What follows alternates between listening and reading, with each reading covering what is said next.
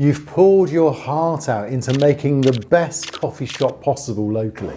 You've crafted a great menu, you've trained your staff, and you're now ready to get seen. You've even managed to get some great reviews, and you're even beginning to think you may rank locally in Google. And listen to this, when you then do a search in your Google Maps, you're number one. You come up as the nearest and the greatest coffee shop. So what could possibly go wrong?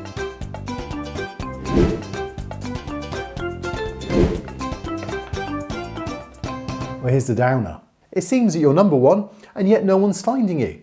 So how could that possibly be? You know, this is a common question I get asked, and I thought I'd address it in this video because there's two areas that it seems that most people haven't considered. Two critical problems that business owners like you are going through at this time. And I'm going to address what those two things are, and also I'm going to show you how you can solve them, so you won't want to skip this video. You'll need to watch all of it if you want to get the most out of it. So for the sake of an example, let's say that your business is called Zanet's Coffee House. We'll spell Zanetti with one T so that we don't get any legal issue. Now the name itself, as you're going to see, is quite an important part of ranking. So the first thing to learn is a common misunderstanding. And it's all about where your customers are searching. So I call this number one, the vicinity issue. So if I'm sat in my office and I'm doing a search on my phone and I'm trying to find a local coffee house, Zanetti's Coffee House is probably not going to come up. It certainly isn't going to be number one. Yet when I'm out and about and make the same search on my phone and then I stand outside, say Zanetti's Coffee House, well, you can see here, the results show that it appears, that it's there.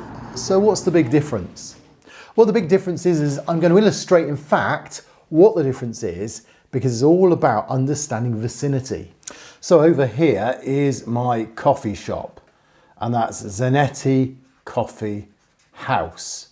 Okay, then let's just imagine that we've got some other coffee shops in the area as well. So let's have a coffee shop, say here, a coffee shop, say here, and a coffee shop here.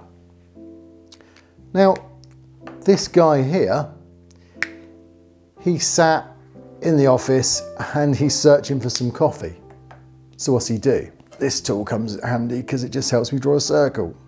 But basically what happens is he does a search, and in his vicinity is any coffee shops that come up there.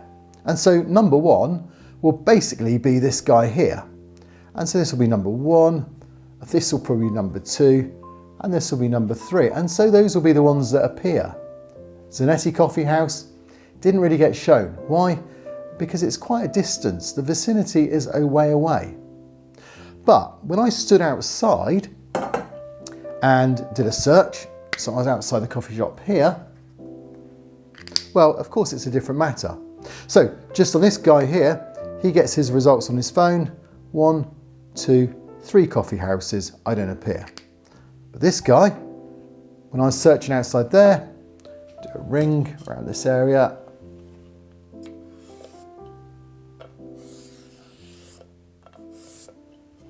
And now what's Google going to do? Well, pretty straightforward really. Google goes, well, the nearest coffee shop to you, and it's going to be the most helpful, is this one, because you're here. So you'd be number one. Number two, well, it'd probably then be this guy here or this guy here, depending on their authority. So you just have number two and number three.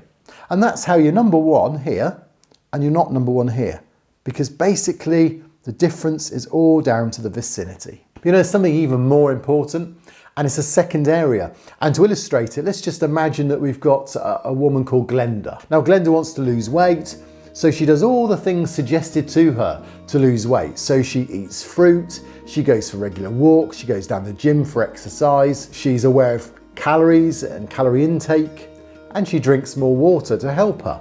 But how would Glenda ever know it's working, that she's able to lose weight?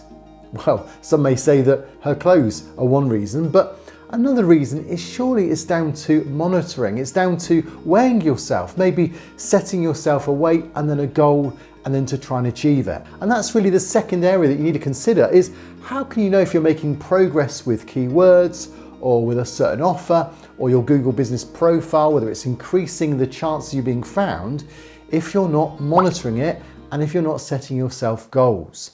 And that's the biggest problem, is that people don't know how to monitor it. They don't really know where they're wanting to be found, where the keywords and the traffic are, and what they're trying to achieve. Well, we're going to put an into that too. So in her case, she monitor it using scales and an app. In our case, we can use it using a bit of software and an app. Let me just show you how it works when it comes to Google and keywords and search terms. So to understand search volume and how this works, here's Google. And if I type into Google here, if I type in, say, Zanet coffee house,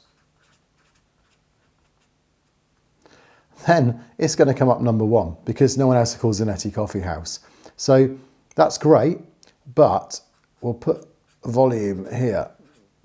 Now, if I type in here, say, coffee house,